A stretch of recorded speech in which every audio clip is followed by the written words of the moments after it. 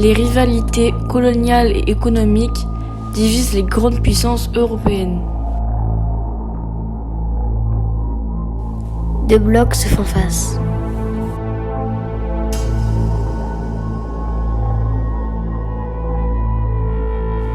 La triple entente, France, Russie et Royaume-Uni.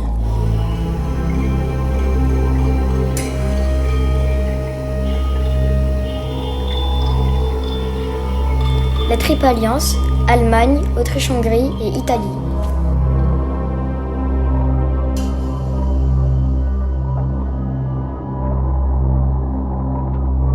Les revendications nationalistes dans les Balkans sont source de tensions.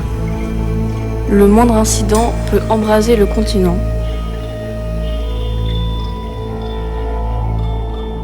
Le 28 juin 1914, l'héritier du trône austro-hongrois est assassiné à Sarajevo. Cela mettra le feu aux poudres.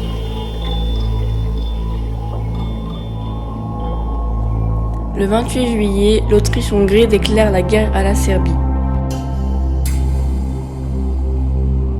En quelques jours, l'Europe s'embrase. Le 30 juillet, la Russie, alliée de la Serbie, décrète la mobilisation générale. Le 1er août 1914, l'Allemagne déclare la guerre à la Russie. Le 3 août 1914, elle déclare la guerre à la France. Le roi d'Italie décide de rester neutre.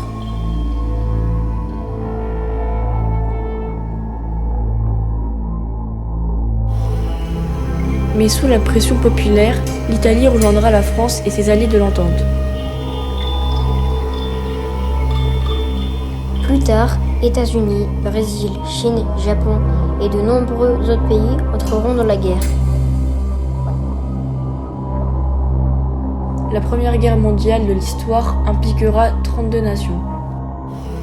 Sur 3 continents et sur toutes les mers du monde.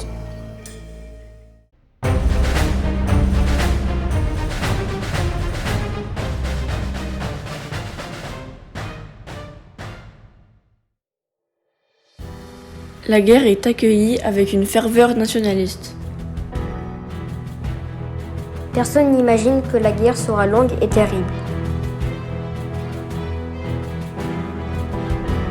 L'ordre de mobilisation générale est placardé sur tous les murs.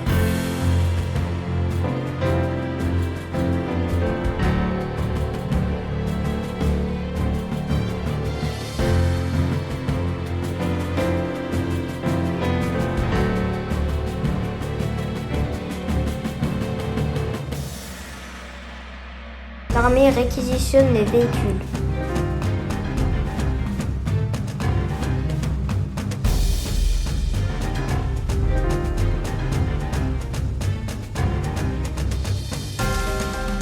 Même les chevaux sont réquisitionnés.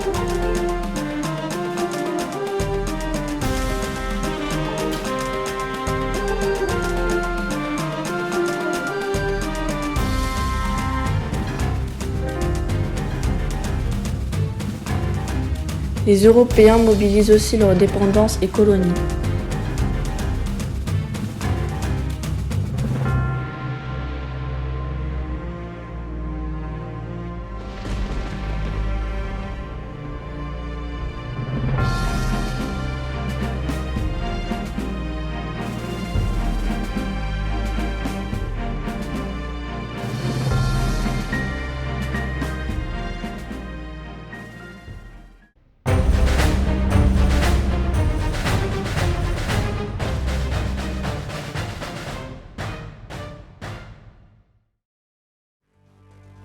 Durant les premiers mois de la guerre, le front est mobile.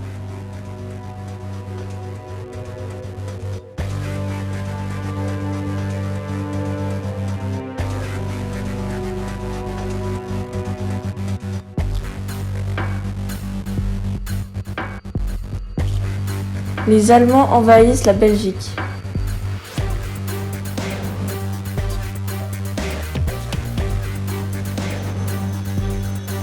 Ils passent la frontière française et avancent vers Paris.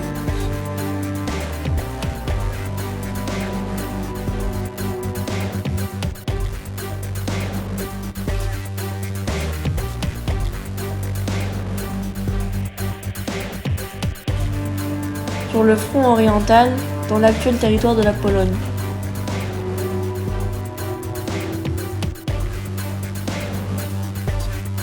Les Allemands infligent une sévère défaite aux Russes à Tannenberg.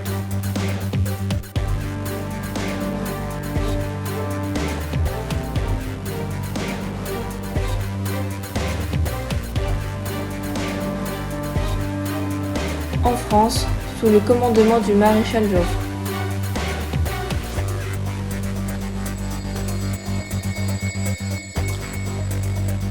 Les Franco-Britanniques se ressaisissent.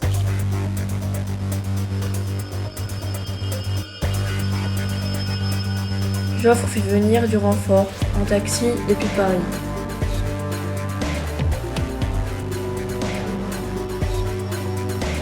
Les Allemands doivent battre en retraite.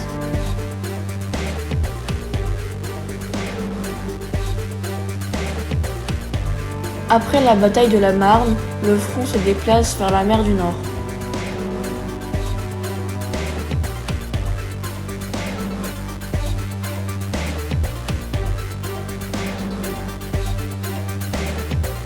Aucun camp ne prend un avantage décisif.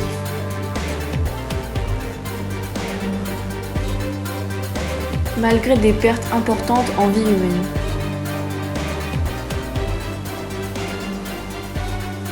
En décembre 1914, le front se fige.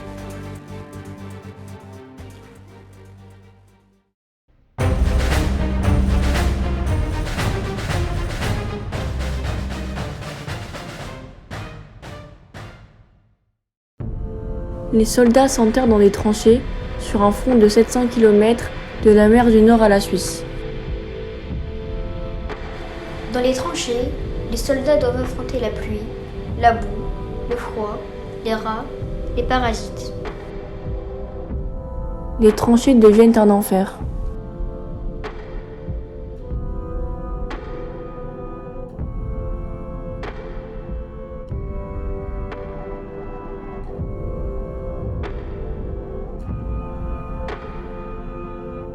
En première ligne, chacun peut observer l'ennemi de près.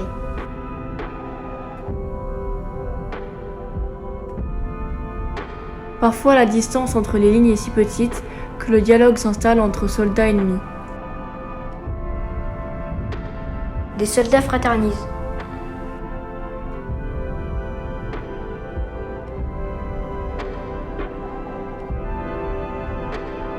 Les fraternisations ont rapidement été interdites par les états-majors sous peine de mort.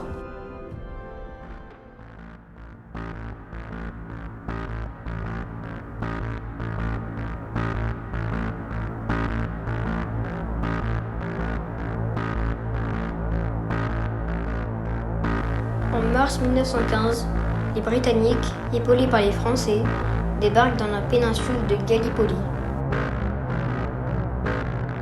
L'objectif est de contrôler le détroit des Dardanelles et l'accès à la mer Noire.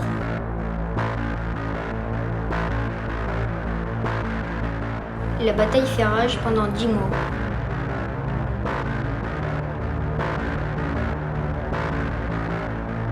Les Ottomans sont victorieux, sur terre comme sur mer.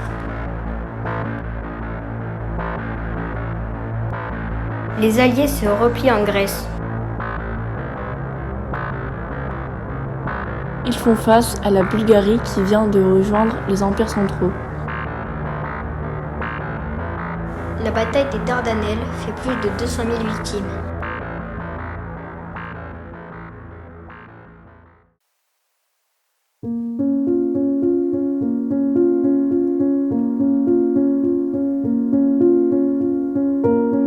Entre le printemps 1915 et l'automne 1916, les Ottomans massacrent et déportent les Arméniens vivant sur le territoire de l'actuelle Turquie. D'1 million d'Arméniens périssent.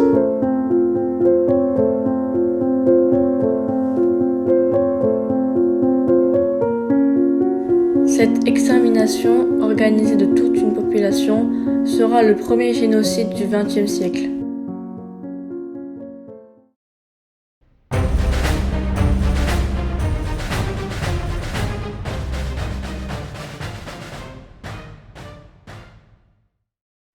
La puissance de feu ne fait que croître.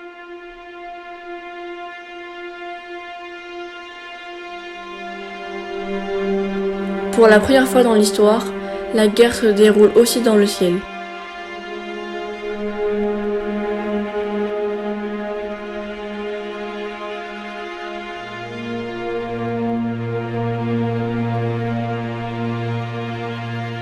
Les fusils, beaucoup plus puissants que ceux de la guerre de 1870, et les mitraillettes font des ravages.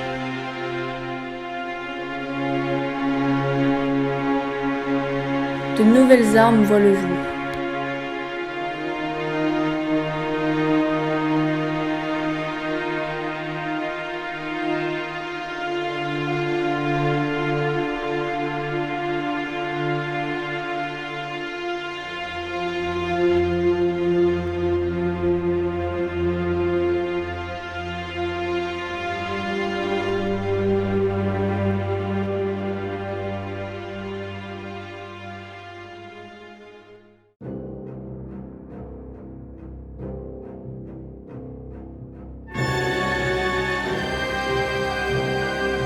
La bataille de Verdun commence le 21 février 1916.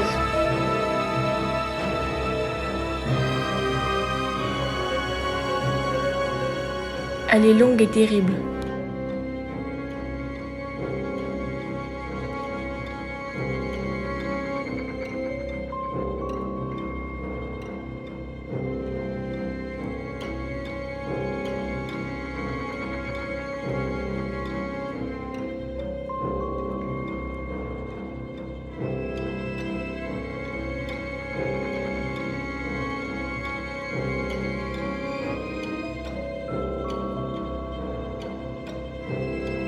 Clémenceau, le père de la victoire, visite le front.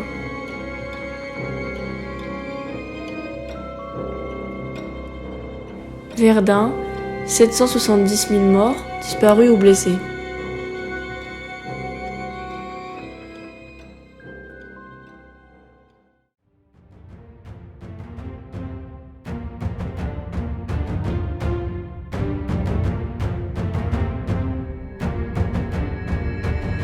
La bataille du Jutland a lieu en mer du Nord, à 200 km de la côte danoise. Elle oppose la marine royale britannique à la marine impériale allemande. La bataille du Jutland est la plus grande bataille navale de la Première Guerre mondiale.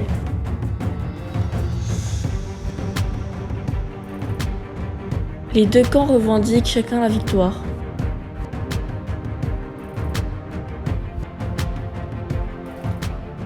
L'affrontement fait des milliers de victimes.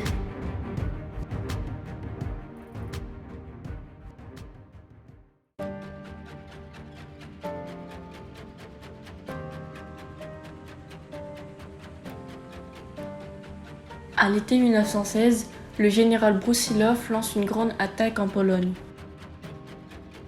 C'est la dernière opération d'envergure menée par l'Empire russe sur le front Est. Après une rapide avancée, sur des dizaines de kilomètres, les Russes sont stoppés lors de terribles combats.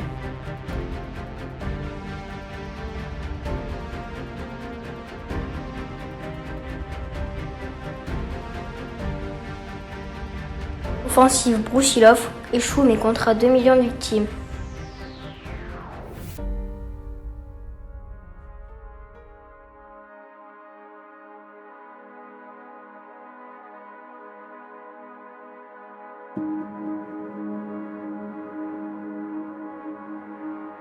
De juillet à novembre 1916, près du fleuve Somme. Les Britanniques et les Français affrontent les Allemands.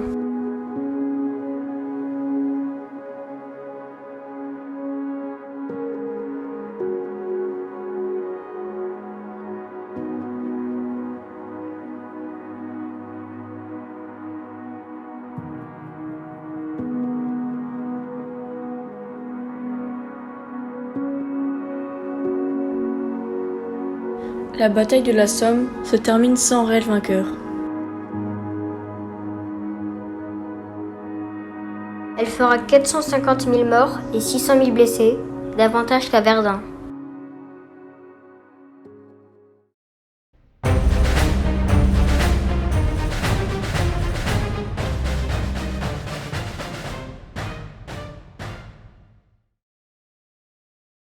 La guerre totale touche aussi bien les soldats que les civils.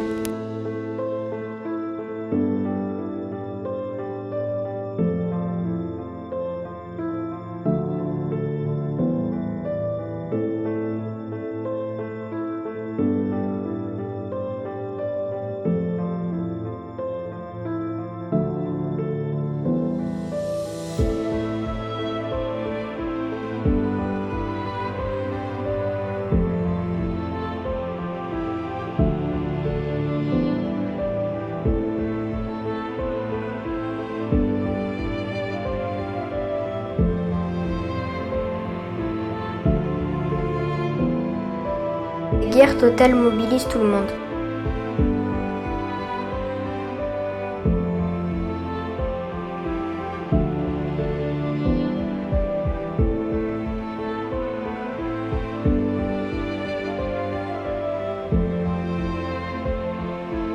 Les femmes remplacent les hommes partis au front, dans l'industrie, l'agriculture et les transports. Même les mutilés, de retour du front, participent à l'activité de l'arrière.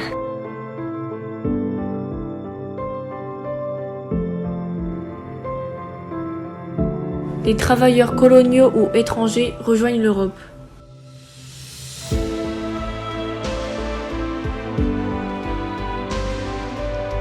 La Chine, entrée en guerre en 1917, envoie aussi des travailleurs en Europe.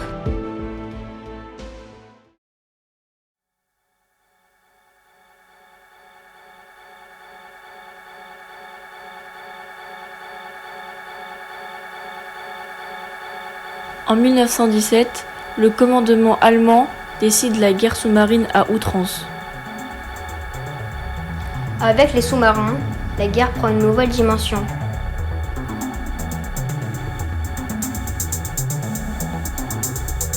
Les sous-marins allemands ne font pas de différence entre navires civils et militaires.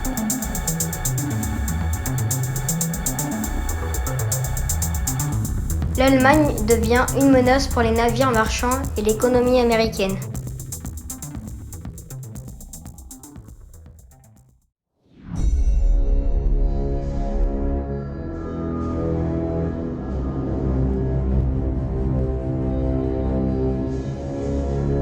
En mars 1917, l'Allemagne propose au Mexique de l'aider à reprendre le Texas, le Nouveau-Mexique et l'Arizona.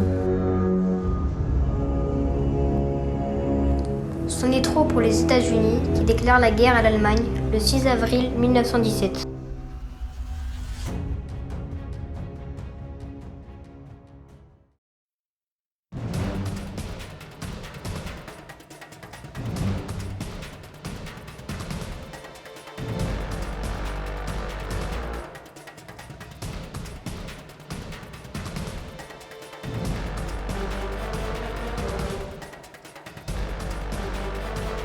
En avril 1917, les Alliés reprennent l'offensive entre Vimy et Reims.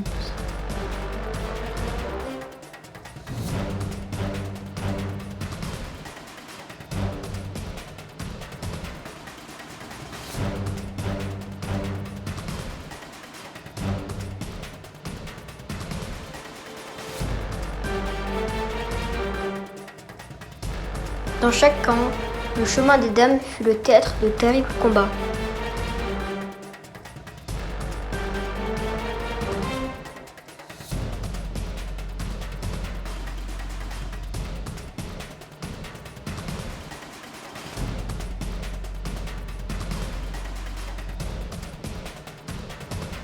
Malgré de lourdes pertes, les Alliés ne parviennent pas à percer le front allemand.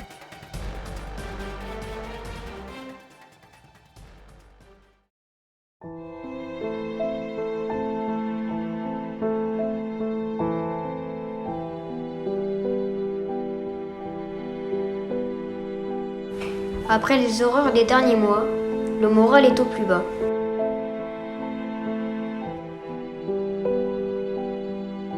Des révoltes et refus d'obéir se multiplient.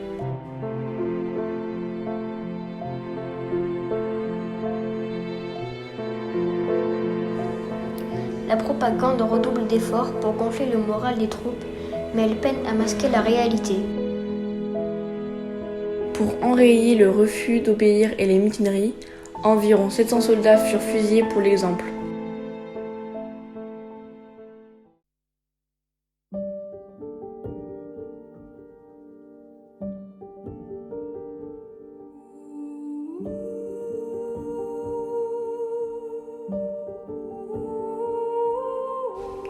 Le 31 juillet 1917, les Britanniques engagent une grande offensive contre le village de Passchendaele en Belgique.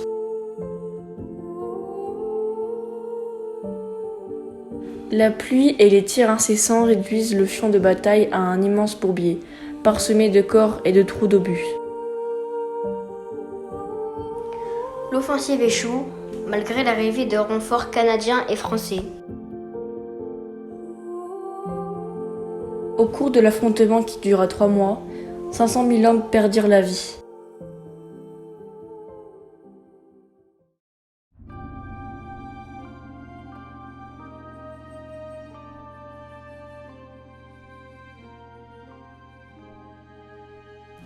En Russie, les révoltes de soldats se généralisent.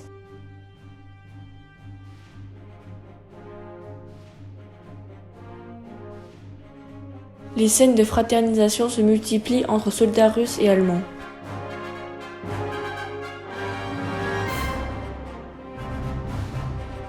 Les révoltes éclatent aussi à l'arrière où la population souffre de plus en plus. Dans leur immense majorité, les Russes souhaitent la fin de la guerre.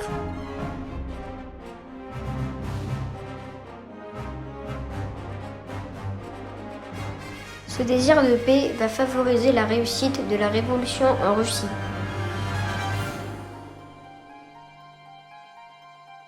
Le 2 mars 1917, le tsar Nicolas II est contraint d'abdiquer. C'est la fin du régime impérial.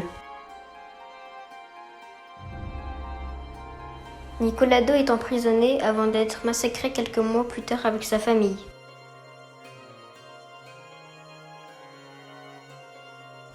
Les bolcheviks prennent le pouvoir. Ils signent l'armistice avec les puissances centrales en décembre 1917.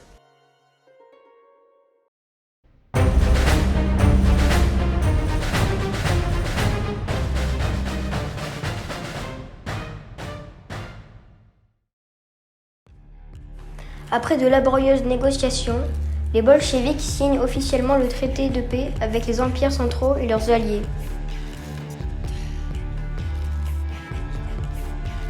Pour retrouver la paix, la Russie accepte d'importantes pertes de territoire. L'Ukraine et la Finlande deviennent indépendantes. Pays baltes, une partie de la Pologne et de la Biélorussie sont occupés par l'Allemagne. 3 districts russes sont cédés à la Turquie.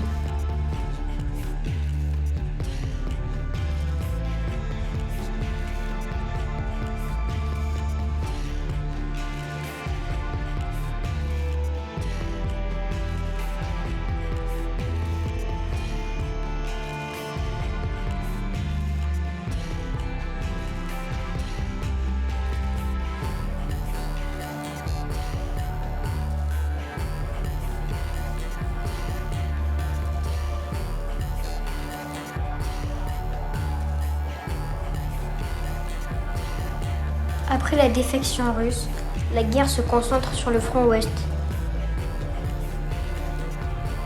En avril 1918, les Allemands lancent une offensive en Flandre.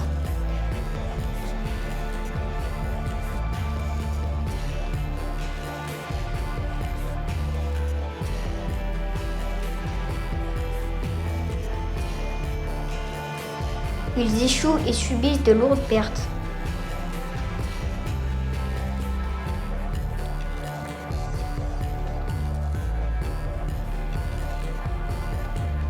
Le 18 juillet 1918, les Alliés battent les Allemands à Villers-Cotterêts. Ils les repoussent au-delà de la Marne.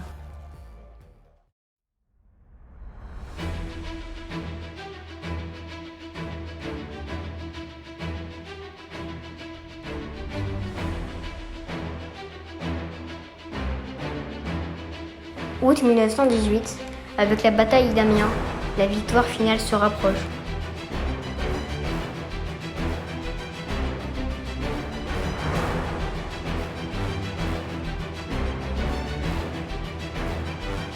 Les Alliés prennent l'ascendant sur les Allemands.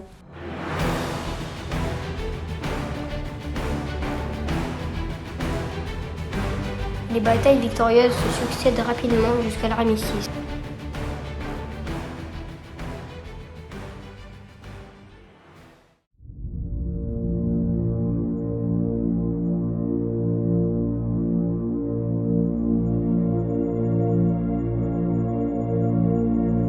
L'Allemagne a constamment fait appel à l'emprunt public pour financer la guerre.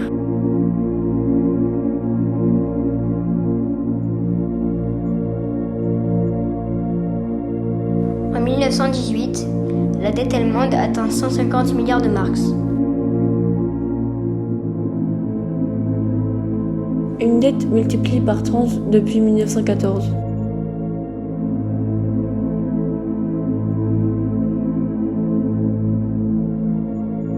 Soumise à un blocus par les Alliés, l'Allemagne connaît en outre les pénuries et la misère. Le mécontentement est général.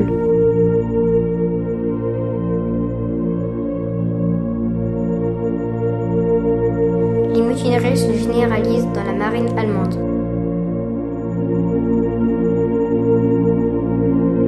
Le mouvement Spartacus, pacifiste et révolutionnaire, prend de l'ampleur.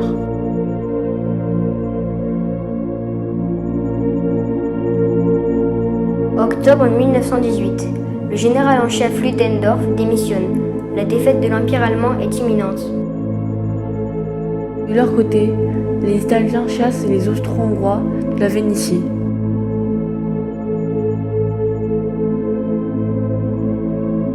Dans l'Empire austro-hongrois, les Tchèques, les Croates et les Slovènes proclament leur indépendance.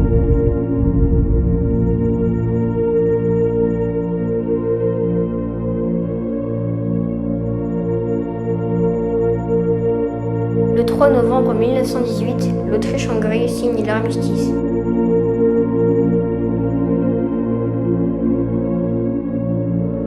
En Allemagne, la révolution s'impose.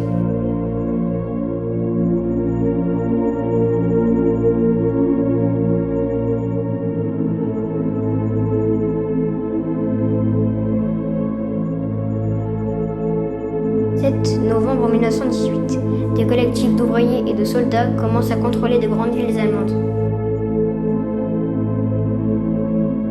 9 novembre 1918, le Kaiser Guillaume II abdique.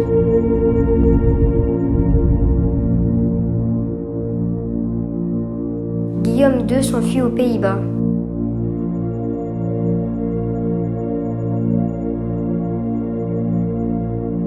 Le 9 novembre 1918, la République est proclamée, 2 jours avant la fin des combats.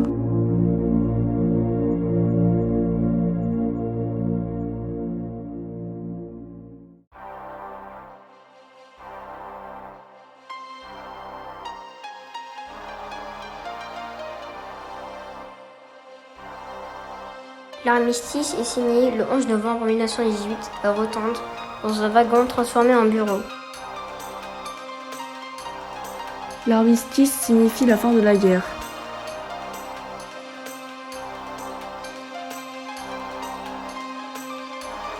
La paix sera officiellement actée l'année suivante au château de Versailles.